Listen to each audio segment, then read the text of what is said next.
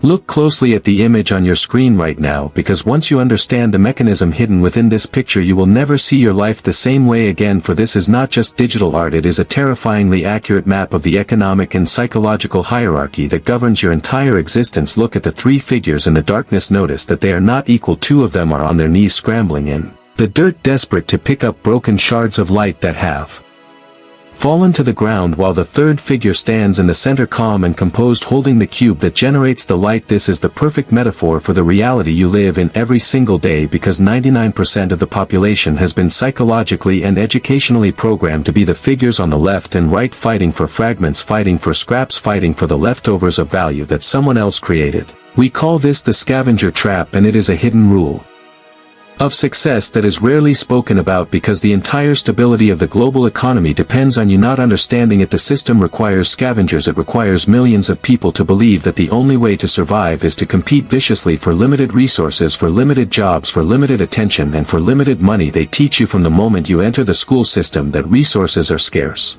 and that you must fight your neighbor to get a piece of the pie, but they never teach you how to bake the pie. They never teach you how to hold the source. To understand why you are stuck in this loop, we must first dissect the psychology of the scavenger. A scavenger does not create. A scavenger reacts. When you are in the scavenger mindset, you are perpetually looking down at the ground, searching for opportunities that have already been discarded or distributed by others. You are applying for jobs that thousands of others are applying for. You are starting businesses in saturated markets where the margins are razor thin. You are competing for attention on platforms where the algorithm is already rigged against you. You are the figure on the knees, picking up the broken glass, cutting your hands, and thinking that if you just work harder, if you just scramble faster, if you just fight more aggressively, you will eventually have enough light to be free. But you are wrong. You can never gather enough fragments to equal the power of the source. The math does not work. The energy expenditure required to collect scraps is infinite, while the energy required to hold the source is self-sustaining. This is why hard work does not correlate with success. You know people who work 12 hours a day, breaking their backs, destroying their health, sacrificing their families, and yet they remain poor, they remain stuck, they remain scavengers. And you know others who seem to do very little, who move with a sense of calm, who make one decision that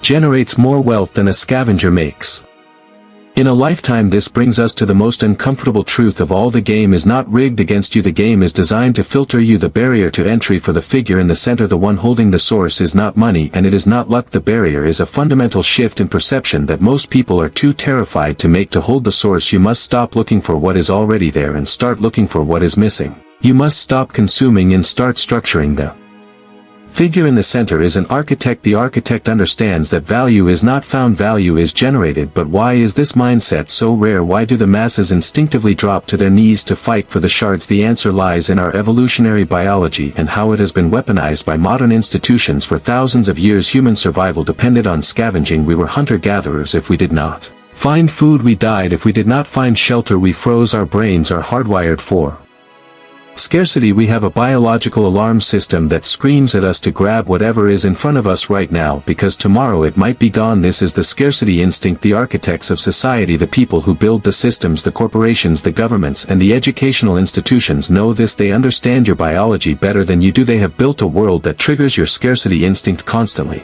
The news tells you the economy is collapsing. The advertisements tell you that you are inadequate without this product. The social media feed shows you everyone else living a better life than you. All of these inputs keep your brain in a state of low-level panic. When you are in panic, you look down, you look for safety, you look for the fragments, you do not look up, you do not think about building your own light. You just want to secure a tiny piece of someone else's. This creates a feedback loop of dependency. If you are busy fighting your neighbor for a promotion, you are too distracted to ask why the company pays you a fraction of the value you create. If you are busy fighting on Twitter over political scraps, you are too distracted to realize that both sides are owned by the same interests. The scavenger trap is effective because it keeps you busy. It utilizes your own ambition against you. You think you are ambitious because you are hustling, because you are grinding, because you are losing sleep, but you are just a highly efficient scavenger. You are running on a hamster wheel designed by someone else, generating energy that powers their castle while you take home the sweat. To escape this, we have to look at the concept of the source. What is the glowing cube in the hands of the central figure? The source represents origin. It represents the point where value enters the system. In every industry, in every niche, in every market, there is an origin point. Think of the fashion industry. The scavengers are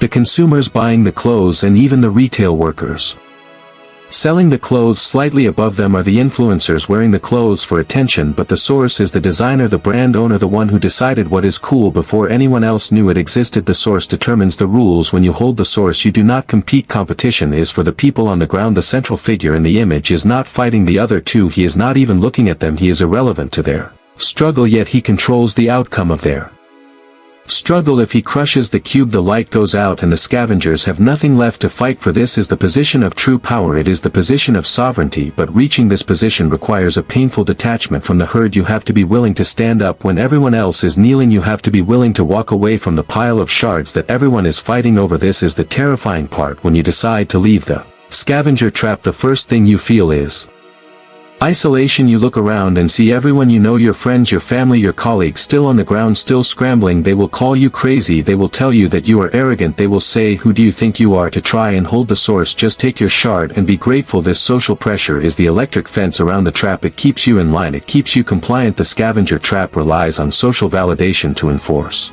its boundaries. If you try to innovate, you are mocked. If you try to build, you are doubted. Until you succeed, then the scavengers look up at you and ask for a piece of what you have built. This is the cycle. But let us go deeper into the mechanics of the trap itself, specifically the illusion of finite opportunity. The scavengers believe the pie is fixed. They believe that for them to win, someone else must lose. This is a zero-sum mindset. It is the mindset of the employee who hopes his coworker gets fired so he can take his spot. It is the mindset of the crab in the bucket. The architect, the one holding the source, operates on a positive-sum mindset. He knows that by creating a new idea, a new product, or a new system, he expands the pie. He creates wealth that did not exist yesterday. When you understand that wealth is infinite because creativity is infinite, you stop fighting for scraps. You realize that the fragments on the floor are not valuable. They are distractions. The only thing of value is the capacity to generate light, yet the system hides this capacity from you. How? By fracturing your attention. The broken glass in the image also represents your fractured focus. In the modern age, your attention is shattered into 1,000 tiny pieces every single day. A text message here, a notification there, a news headline, a viral video, a sudden urge to check your email. Your mind is like the floor in the image, scattered with debris. A scattered mind cannot hold the source. To hold the source requires intense, prolonged, unbroken concentration. It requires deep work. It requires the ability to hold a complex mental framework in your head without letting it shatter. The scavengers are mentally weak because they are overstimulated. They cannot read a book for 30 minutes, let alone build a business for 3 years without seeing a profit. Their dopamine receptors are fried. They need the quick hit, the immediate reward, the shiny shard of glass right now. This lack of mental discipline is what keeps the trap sealed tight. Even if you showed a scavenger exactly how to become an architect, they would likely fail because they lack the mental stamina to hold the cube. They would drop it, they would let it shatter and then go back to picking up the pieces. This is why mindset is not just some fluffy self-help term. It is the structural foundation of your economic reality. If your mind is fragmented, your life will be a struggle for fragments. If your mind is integrated, whole, and disciplined, you can hold the source.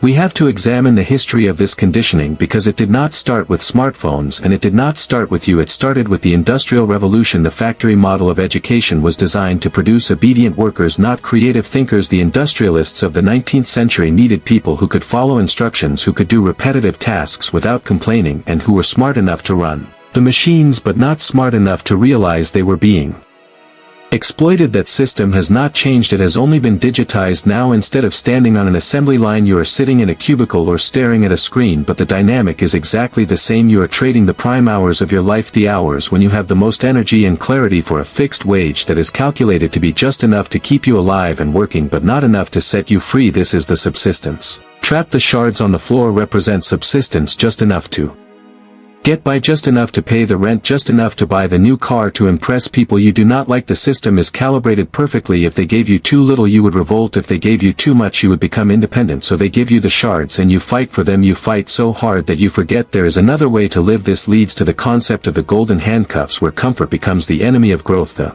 scavengers are not always poor. Many of them are upper middle class. They have nice houses, they have status, they have titles, but they are still on their knees picking up fragments because they do not own the source of their income. If their boss decides to fire them tomorrow, their lifestyle collapses. If the market shifts, their relevance disappears. They are renting their survival. They are not owning their destiny. The figure in the center holding the cube owns the outcome. He is not paid for his time, he is paid for his judgment, he is paid for the risk he takes and the value he creates. This is the fundamental difference between linear income and exponential income. The scavenger works for linear income where 1 hour of work equals 1 unit of pay. This is a losing game because you have a finite number of hours. You can never work your way to true freedom on a linear scale. The architect works for exponential income where 1 hour of work creates a system that pays him. For 10 years this requires a shift from being a laborer to being a leverage.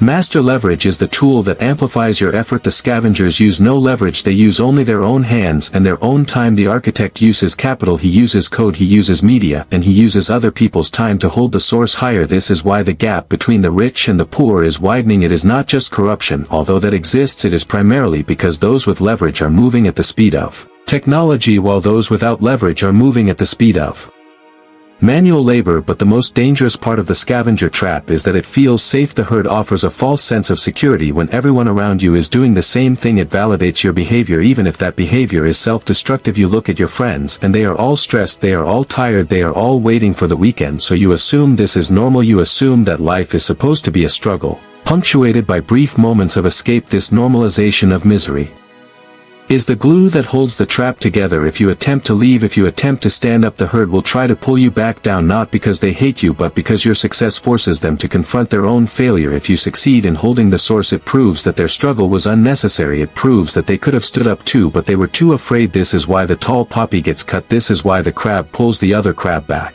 into the bucket. The social cost of leaving the scavenger trap is often higher than the financial cost. You have to be willing to be misunderstood for a long period of time. You have to be willing to look foolish while you are building your foundation. The scavengers look at the architect during the building phase and they laugh. They say, look at him wasting his time, look at him taking risks, he should just get a safe job like us. But when the structure is complete and the light begins to flow, the laughter stops and is replaced by envy. The transition requires you to kill the employee within you. The employee mindset is an addiction to certainty. You want to know exactly how much you will get paid and exactly when you will get paid. The entrepreneur mindset, the mindset of the source, is an acceptance of ambiguity. You do not know if you will get paid this month. You do not know if the product will work. This uncertainty terrifies the scavenger, so he runs back to the shards. But it is in this uncertainty that the value lies. The reason the architect gets paid so much is because he absorbs the uncertainty for everyone else. He steps into the darkness and creates order out of chaos. The scavengers just live in the order he created. This is a spiritual test as much as an economic one. It asks you, what do you value more, your safety or your sovereignty? Most people choose safety, and that is why they remain on the floor. But if you are watching this, you are likely one of the few who is beginning to realize that the safety is an illusion.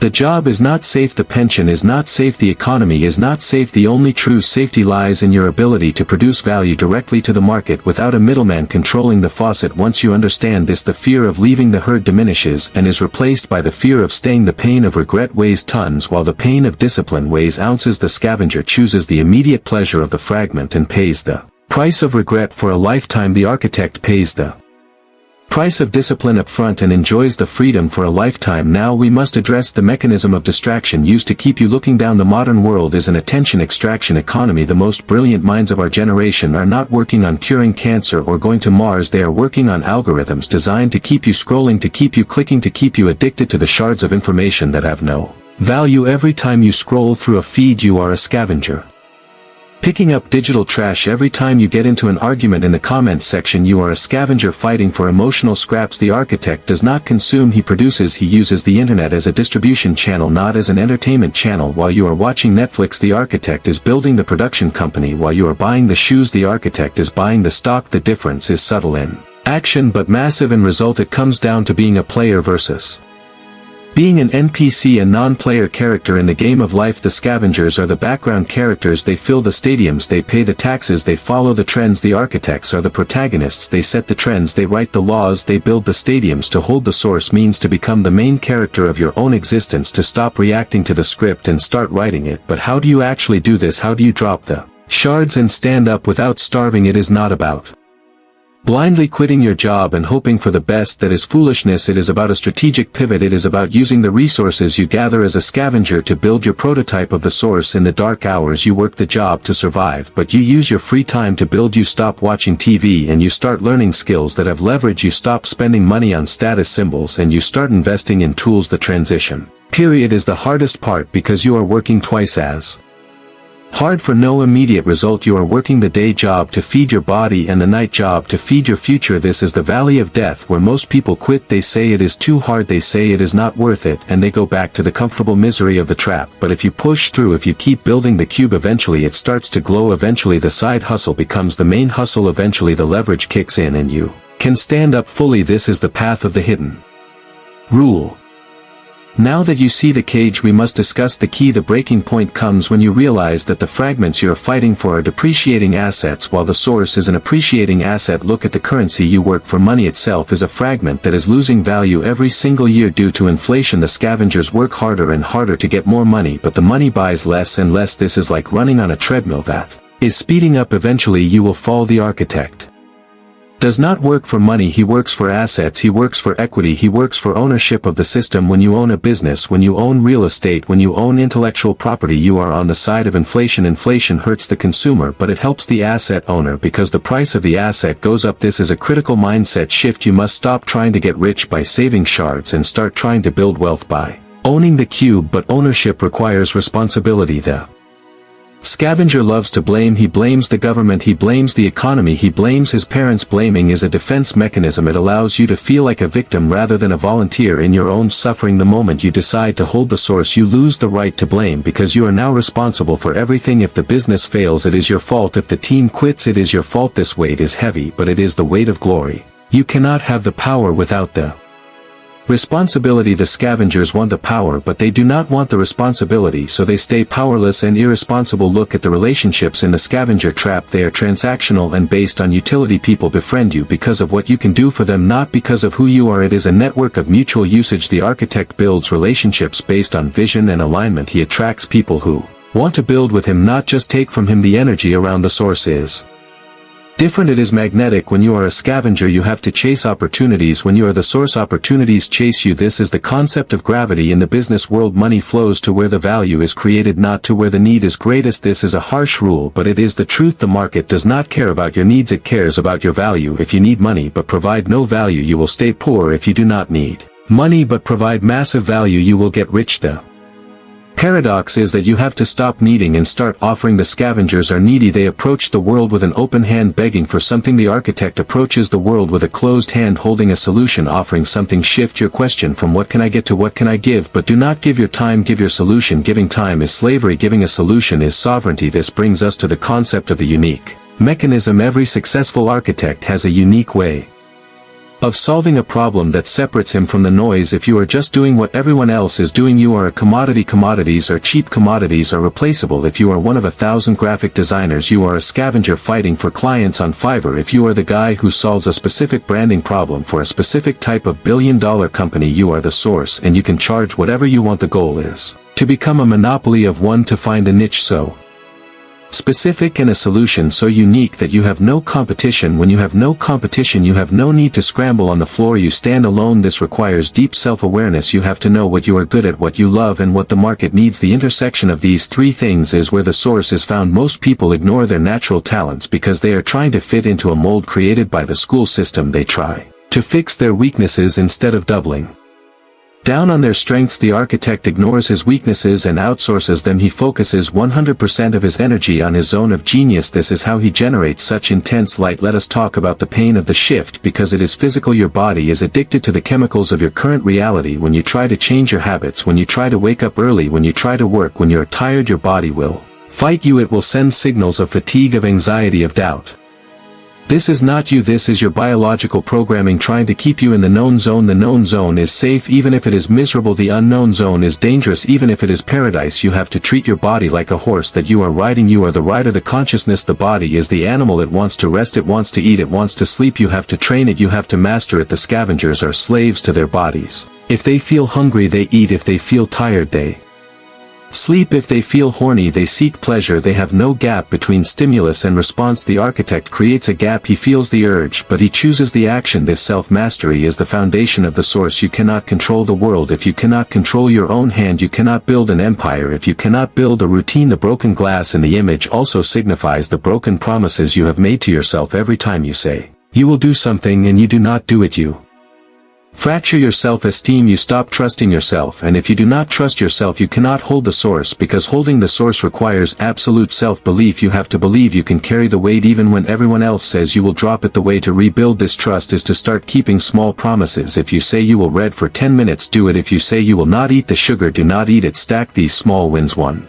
by one until you have built a platform of confidence strong enough to stand on. The scavengers look for the big win, the lottery ticket, the viral hit. The architect knows that the big win is just the accumulation of 1,000 small wins that nobody saw. It is the result of the boring, mundane, repetitive work done in the dark. This is the boring truth about success. It is not exciting in the day-to-day, it is grinding, it is solving problems, it is dealing with stress, it is managing people. Only the result is exciting, the process is painful. Love the pain or stay a scavenger. The image shows the light coming from the cube illuminating the darkness. This light is knowledge, not just information but applied knowledge, wisdom. The scavengers operate in the dark, they guess, they gamble, they hope. The architect operates in the light, he calculates, he plans, he executes. He does not guess, he knows, because he has studied the rules of the game. While the others were playing the game, he studied human psychology, he studied economics, he studied history. He understands that there is nothing new under the sun, that human nature never changes, and that the same patterns repeat over and over again. By understanding these patterns he can predict the future, he can position himself where the wave is going to be, not where the wave is right now. The scavengers are always late to the party. They buy Bitcoin at the top, they start the business when the trend is dying, they react to the news after it has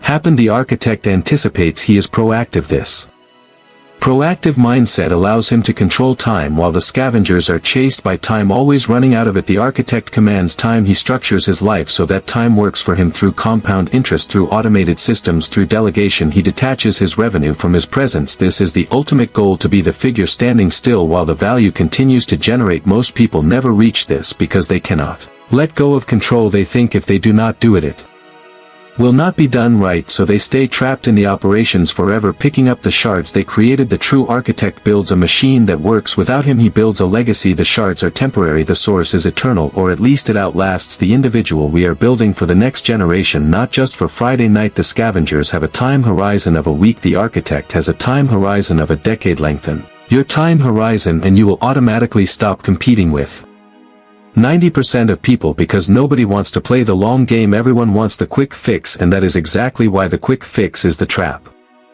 The final layer of the scavenger trap is emotional attachment to the struggle. Some people are so identified with their own suffering that they would not know who they are without it. They wear their poverty like a badge of honor, they wear their exhaustion like a medal. They compete to see who is more miserable. This is the victim Olympics, and it is the lowest form of existence. The architect has no interest in suffering for the sake of suffering. He suffers only for a purpose. He views pain as data.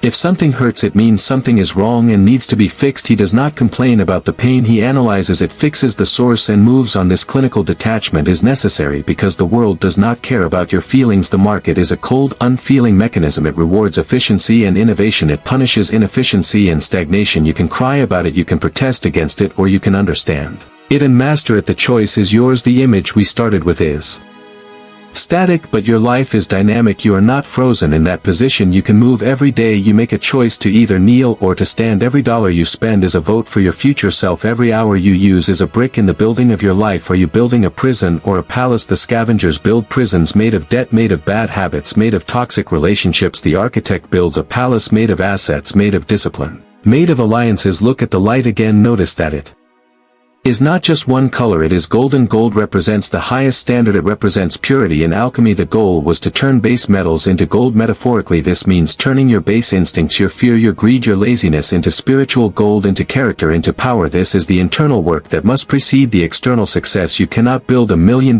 business on a $10 character. It will crush you. We have seen this happen time and time again. Lottery winners who go broke, athletes who lose everything, people who get famous too fast and destroy their lives. Why? Because they held the source before they became the architect. The weight of the cube crushed them because they did not have the structural integrity to hold it. So do not rush the process. Do not wish for it to be easier. Wish for you to be better. Build your character in the shadow so that you can sustain the light in the public view. The path is open, the gate is unlocked, but the guards are in your Mind the guards are the voices that say you are not good enough, you are too old, you are too young, you are not smart enough. These voices are the echoes of the scavenger trap designed to keep you in your place. Kill them, silence them with action, silence them with results. The figure in the center is waiting for you to take his place. He is not a different species, he is just a future version of you who decided to stop compromising. So as we close this analysis, look at your hands. Are they full of broken glass? Are they bleeding from fighting for scraps, or are they ready to hold the weight of the source? The world is shifting, the old systems are crumbling, the era of the scavenger is ending, the era of the architect is beginning. The internet, AI, the global economy, it is all leveling the playing field for those who are awake, and it is building higher walls for those who are asleep. Do not be asleep, wake up, look up, stand up, stop fighting for